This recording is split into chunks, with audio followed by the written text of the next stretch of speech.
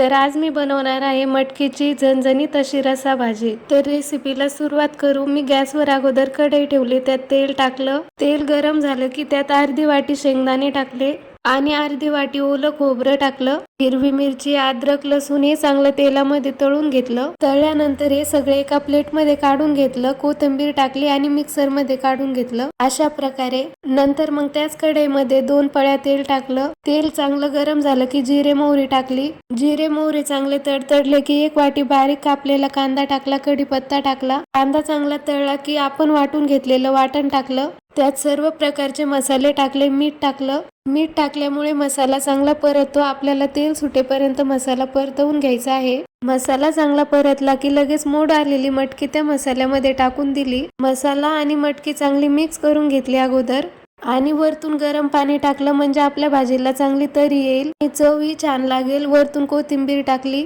आणि गॅसच्या medium flame वरती 5 ते 6 मिनिटं चांगली शिजू दिली। इथे आपली मटकीची भाजी तयार आहे।